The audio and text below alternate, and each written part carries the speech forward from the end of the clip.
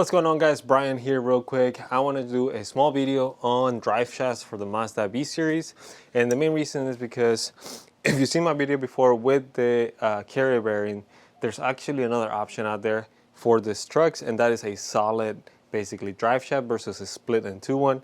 But I wanted to show you all three of them here since I do have one right here, and then that way you can get an idea of what you could swap into if you're having too many problems with the carrier bearing, or if you just happen to come across one and want to do that. So let me show you here all the drive shafts that we got and the differences between them, so that way you can hopefully have some more knowledge on the Mazda B series. Let's do it. All right, guys, so here we are looking at all the drive shafts kind of available for the Mazda B series. The top two are going to be what comes out of a regular cab, and then this longer one is for an extended cab. Now, as far as I know, there is not a solid piece for the extended cab, so you are stuck with the carrier bearing right in the middle, and then you do have this longer piece here. The top seems to be about the same as your regular cab one. It's just this piece down here is obviously a little bit longer to accommodate for the extended cab. Now the top here, this is exactly what I have on my 87 Mazda B2000. This actually came out of a 86 Mazda B2000. This is from my white 88 B2200, and then this was from my parts truck, the 90 B2200 extended cab. So these two are basically identical. There is this little section here that I noticed was a little bit different. You have this kind of like cover or cap or something here versus this one that doesn't have anything in there. Now, I don't think this is supposed to be just completely empty like this. I think it's supposed to have some kind of small seal. Now, this is supposed to be, I think, on the transmission itself, but as you can see, there's nothing here. So I am going to try to put this into my B2200 just because I don't want to deal with this carrier bearing. I replaced it recently and it's okay, but I honestly think I might have overtimed a little bit too much and it's giving me problems again. So instead of just switching this, since I came across this one, we're just going to try to swap this one in place. So I'll show you guys that towards the end of the video here. But yeah, up here, basically the same. This is the same length from what I can tell, besides just having that cover on it. The inside looks the same. The diameter of it is the same as well.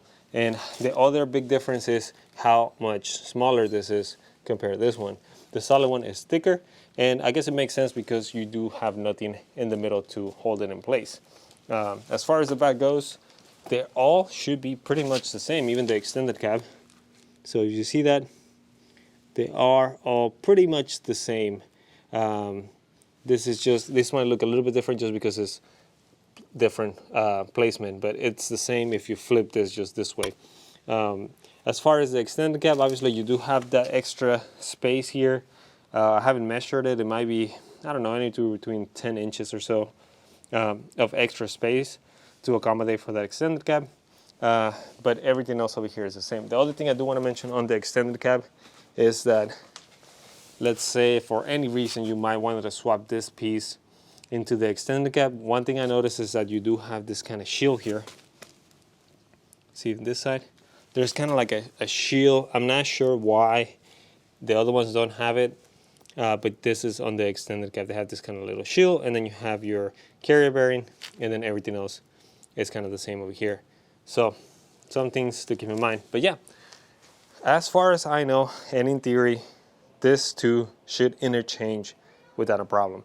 So we are going to move this one into my B2200, and then I'll get in there and try to put it in place, and then we'll figure out if this shield kind of messes it up or if it doesn't get in the way. Let's do it. All right, guys, we are looking here on the screen. That is the metal cap that I thought might be an issue, but actually it just slips right in. There is no problem at all with it. You can see it right there. It's completely plugged into the transmission.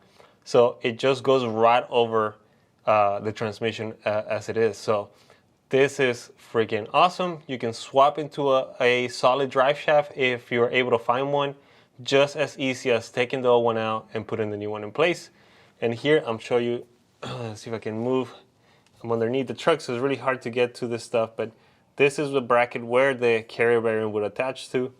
And then if we move back here before my camera dies, and we look at this, that is exactly the bolts that we took off from the old one. So You can definitely swap out. Again, this is only for the regular cap. You're not going to be able to find a solid one for the extended cap as far as I know.